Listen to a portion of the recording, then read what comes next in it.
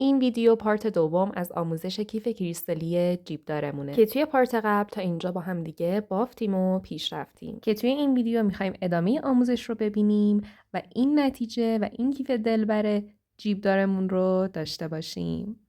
مرسی بابت لایک و کامنتاتون که کلی به هم انرژی میده. بریم که ویدیو رو شروع کنیم.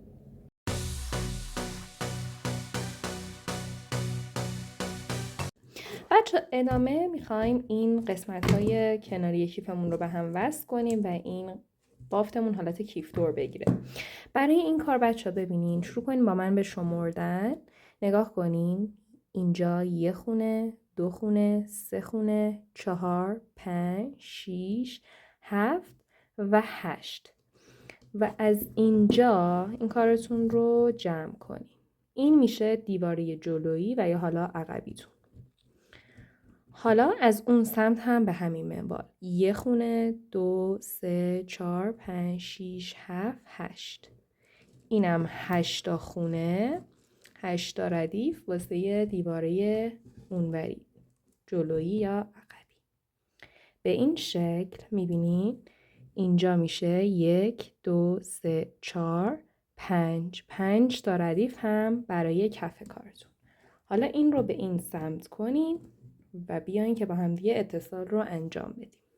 اگه بافتتون با مروارید باشه به این شکلی مثل من تیز نمیسته، خورده حالت ولتر داره و اینا، ولی خب مثل من شمارش کنین و جلوی خودتون قرار بدین اوکی میشه. حالا تقریبا دوباره 150 سانت نخ شده کنین و نختون رو به ترتیب از این مهره و این مهره رد کنین.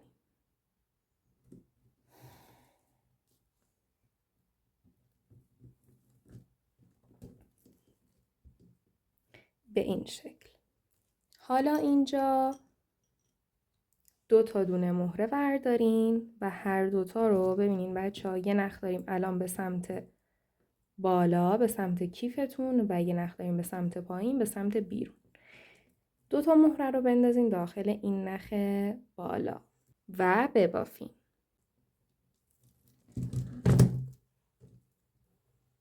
نخم جدیده تا 3 تا خونه اول همسر کنین و بعد بکشین.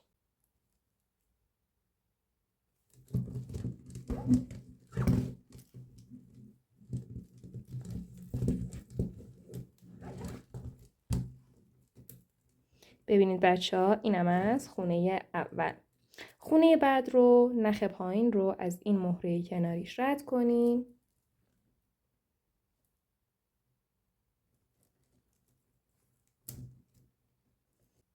دو تا دونه مهره بردارین بندازین داخل نخ بالا و ببافین.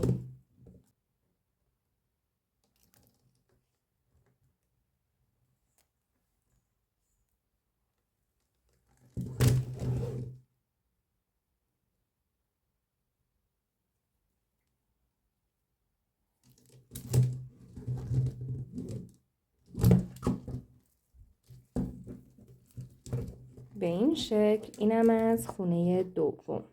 2 تا خونه بعد رو هم با همین روتین که نخ پایین از مهره کناریش رد میشه داخل نخ بالا 2 تا دونه مهره انداخته میشه و بافت میشه.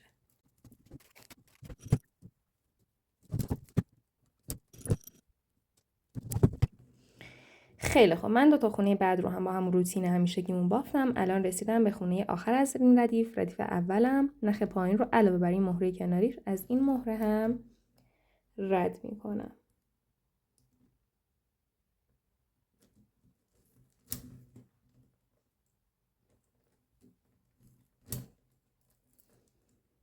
حالا اینجا یه دونه مهره برمیدارم میندازم داخل یه سر نخم، فرقی نداره کدومو میبافم.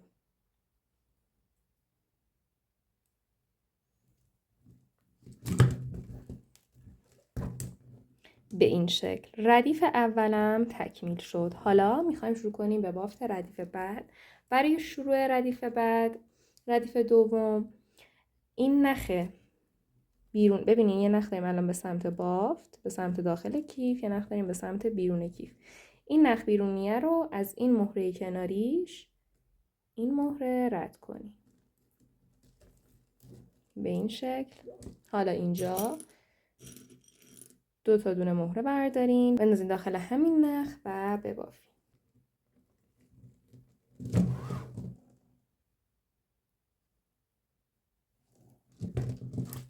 خیلی خوب.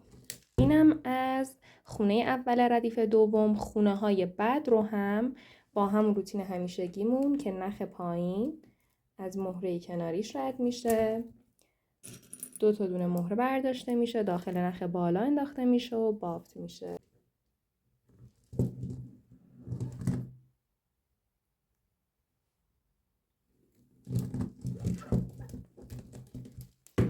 به این شکل. اینم از خونه بعدی. 2 تا خونه بعدی رو هم با همین روتین ببافین و بیاین خونه آخر از این ردیف دوم رو با هم دیگه ببافین. خیلی خوب، رسیدیم به خونه آخر از ردیف دوم. نخ پایین رو علاوه بر این مهره کناریش از این مهره هم رد میکنیم و با یه دونه مهره میبافیم.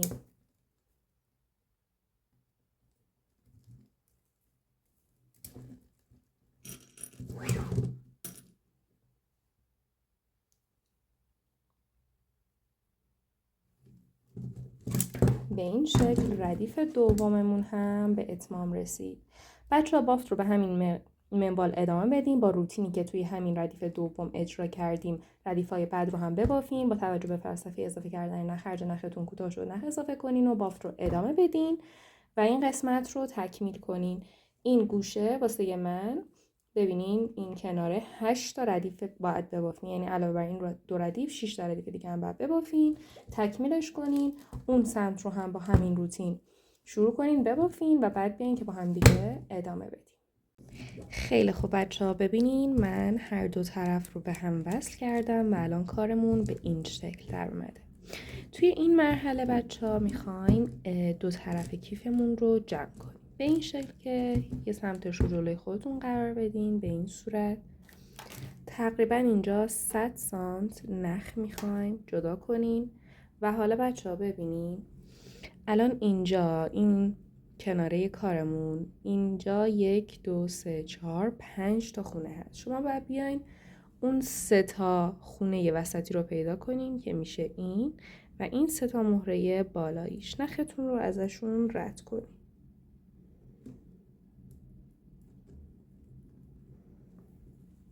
به این شکل یه دونه مهره بردارین بندازین داخلش، داخل نختون، داخل یه سر نختون فرقی نداره کدوم. سر دیگه نخ رو به صورت مخالف وارد کنین، همسر کنین و محکم بکشین. به این شکل. برای ادامه یه نخ سمت راست دارین، یه نخ سمت چپ، هر دو رو از مهره‌های کناریشون که میشه این مهره ها رد کنین.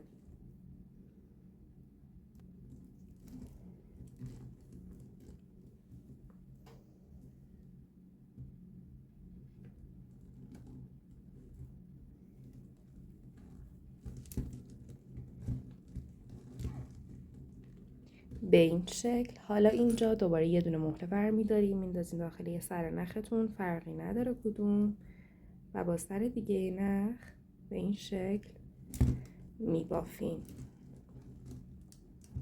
بچه ها الان به این شکل کناره کیفتون تا حدودی جمع شده. شما میتونین همین یه دونه خونه رو اینجا داشته باشین یا اینکه دوباره نخ سمت چپ و راستتون از مهره کناریش رد کنین و با یه دونه مهره ببافین. میتونین یه دونه دیگه هم اینجا جمع کنین کارتون رو، ولی واسه من واسه سایز کیف من همین یه دونه خونه اوکیه. الان اینجا 2 سر نختون رو بریم بین کل کار رد کنین تا این قسمت دیگه باز نشه و محکم شه.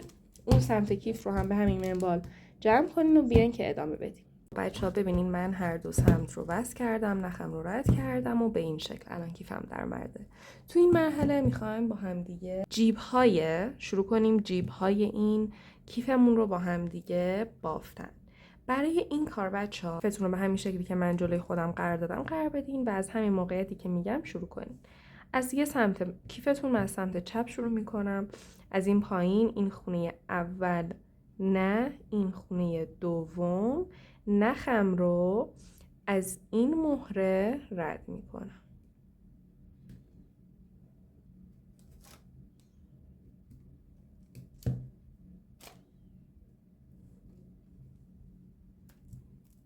بذارید من یه چیزی بزنم این زیر و حالا شروع کنین به بافت. 3 دونه مهره بردارین بندازین داخل این نخ سمت چپ که به سمت بیرون کیفتون هست و ببافین. فقط نخ جدیده تا 3 خونه اول همسر کنین و بعد بکشین. به این شکل این از قسمت اول بافتمون به این صورت میبینین. حالا برای ادامه بافت یه نخ پایین داریم به سمت بافت، یه نخ بالا داریم به سمت بیرون بافت. این نخ پایینیه رو از این مهره کناریش رد کنیم.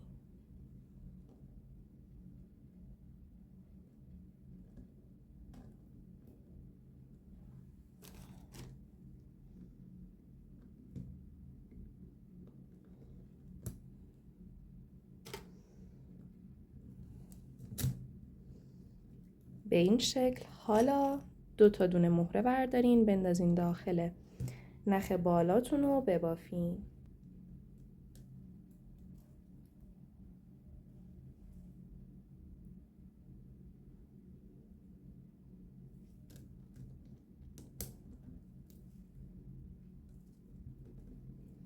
به این شکل دومین خونمون هم به این صورت تشکیل شد.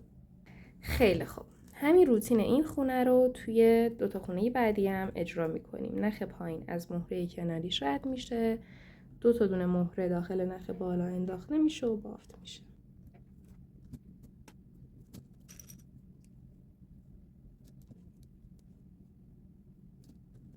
خونه بعد رو هم با همین روتین.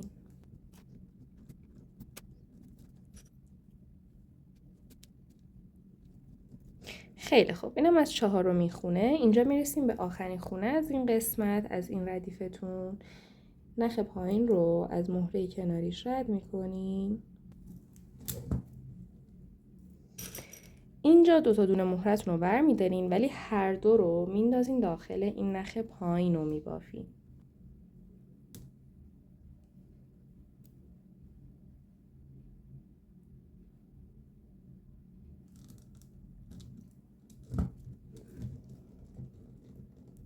به این شکل. اینم از ردیف اول. حالا میخوایم شروع کنیم ردیف دوم بافتمون. اینجا واسه شروع ردیف 3 دونه مهره برمیدارین و میندازین داخل این نختون که به سمت خارج از این مهره های سفید جدیدتون هست.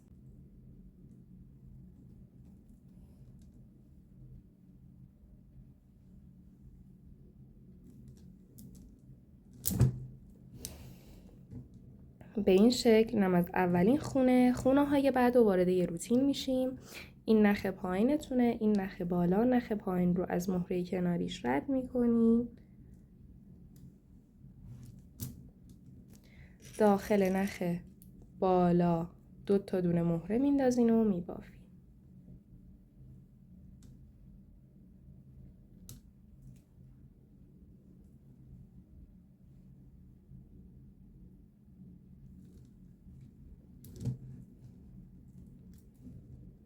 حالا خونه های بعد رو با همین روتین این خونه میبافیم تا برسیم به خونه آخر.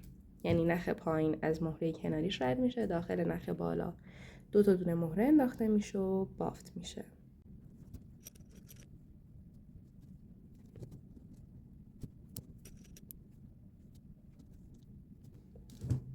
خیلی خوب بچه ها، اینجا رسیدیم به خونه پنجم و خونه آخر از ردیف. اینجا هم دوباره نخ پایینتون رو از مهره کناریش رد میکنین ولی اینجا 2 دونه مهرتون رو بر میدارین میندازین داخل نخ پایین و میبافین.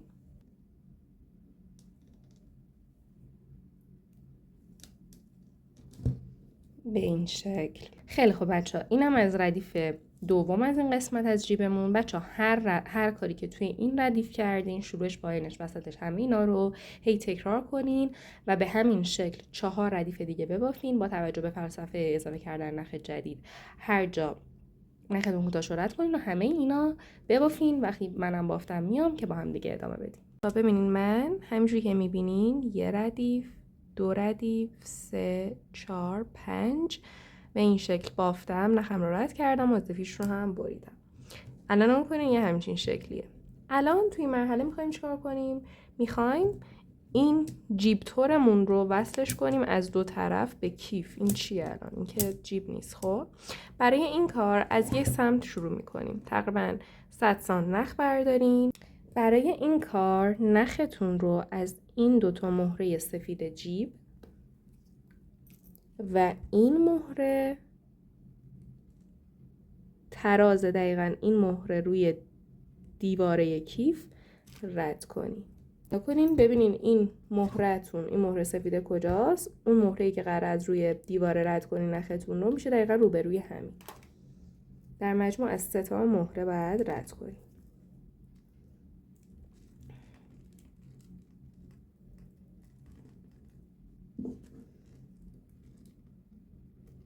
یکم اینجا دسترسی ها سخته، به دوربینم بتونم نشونتون بدم.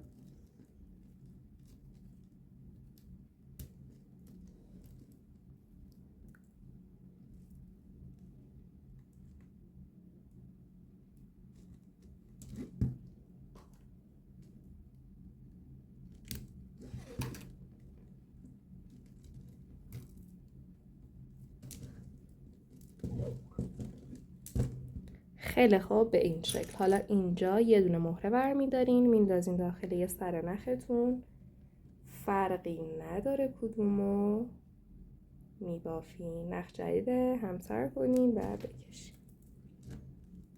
به این شکل بچه ها میبینین اولین خونه تشکیل شد. حالا یه همچین حالتهایی رو 4 بار دیگه باید تکرار کنیم. به این شکلی الان یه نخ سمت راست دارین، یه نخ سمت چپ.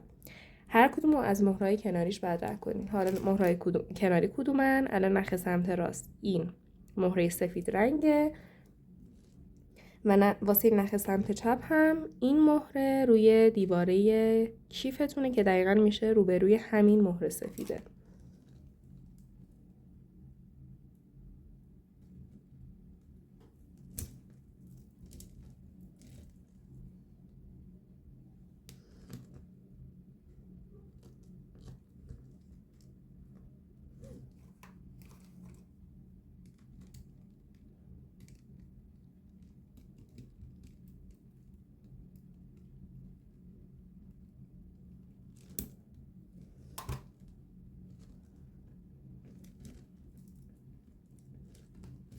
به این شکل. حالا دوباره یه دونه مهره برمیدارین و میبافین.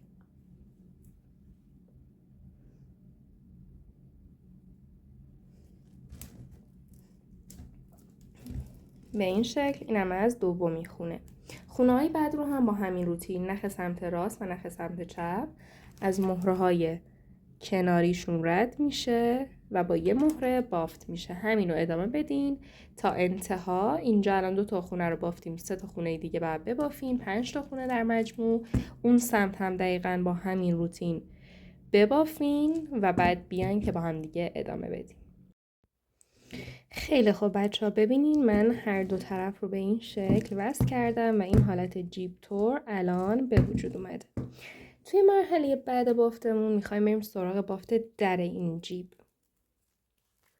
به این شکل که دوباره تقریبا 150 سانت نخ جدا کنین و ببینین دقیقاً کیفتون رو جلوتون قرار بدین و از این مهره نختون رو رد کنین.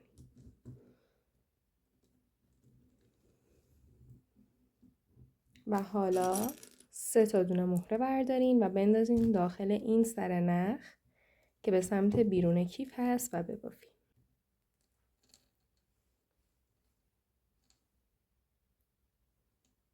نخ جدیده تا 3 تا خونه اول همسر کنین و بعد بکشین. اینم از خونه اول که به این شکله. الان واسه یه بافت خونه بعدی نگاه کنین، یه نخ پایین داریم به سمت بافت، یه نخ بالا داریم به سمت بیرون بافت. این نخ پایینیه رو باید از این مهره کناریش که این مهره باشه، این مهره رد کنیم.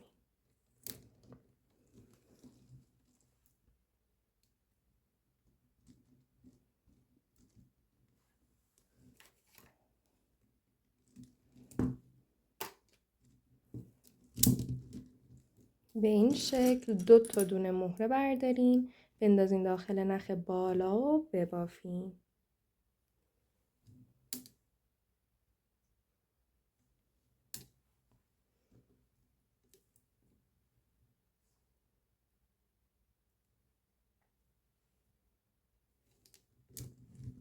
به این شکل خونه دوم هم تشکیل شد. خونه های بعد رو هم با همین روتین همین خونه. یعنی چی؟ یعنی الان نخ پایین رو از مهره کناریش، این مهره، رد کنین و با 2 تا دونه مهره ببافین.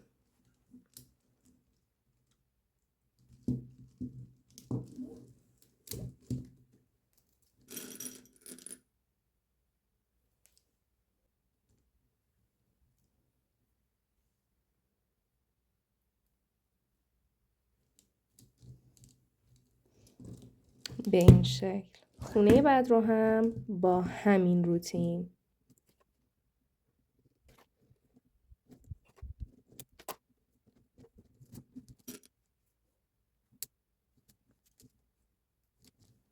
به این شکل هم از خونه 4م رسیدیم به خونه آخر که واسه بافت خونه آخر اینجا نخ پایین رو از مهره کناریش در وهله اول رد کنین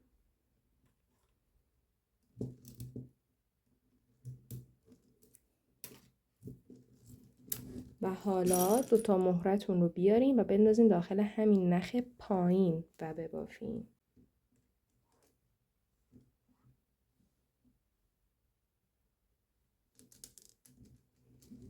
به این شکل هم از ردیف اولمون که به این صورته.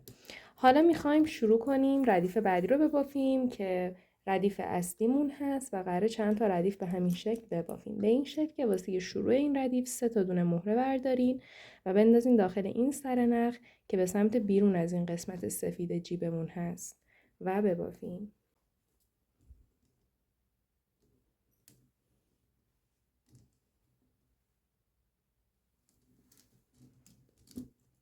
به این شکل این اولین خونه از این ردیفمون.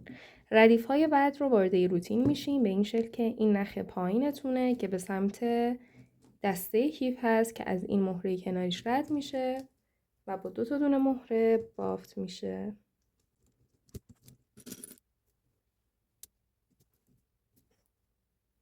به این شکل اینم از خونه بعد. خونه های 2 تا خونه بعد رو هم با همین روتین. نخ پایین از مهره کناریش رد میشه با 2 تا دونه مهره بافت میشه.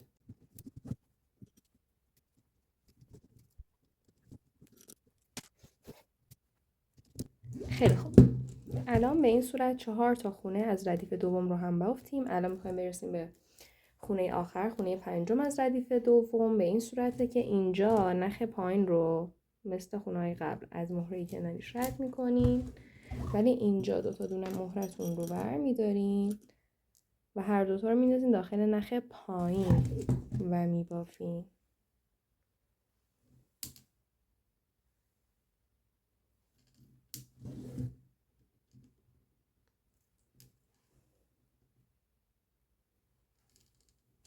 به این شکل. اینم از اتمام این ردیف. بچه ها هر کاری که اینجا کردین شروعش پایانش خونه‌های وسط همین روال رو ادامه بدین.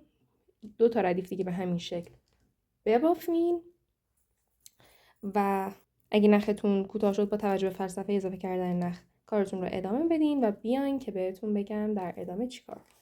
خیلی خب بچه ها ببینین من اینجا 2 تا ردیف دیگه به همین شکلی که میبینین بافتم و این در جیب من به این شکل تکمیل شد. نخم رو رد کردم و محکمش کردم و همه اینا. الان بچه ببینین این قسمت بافت جیب رو ویدیو رو بزنین از قبل و هر کاری که کردین این ور هم اجرا کنین. به این شکل که نگاه کنین نختون رو از این مهره میبینینش، این مهره رد کنین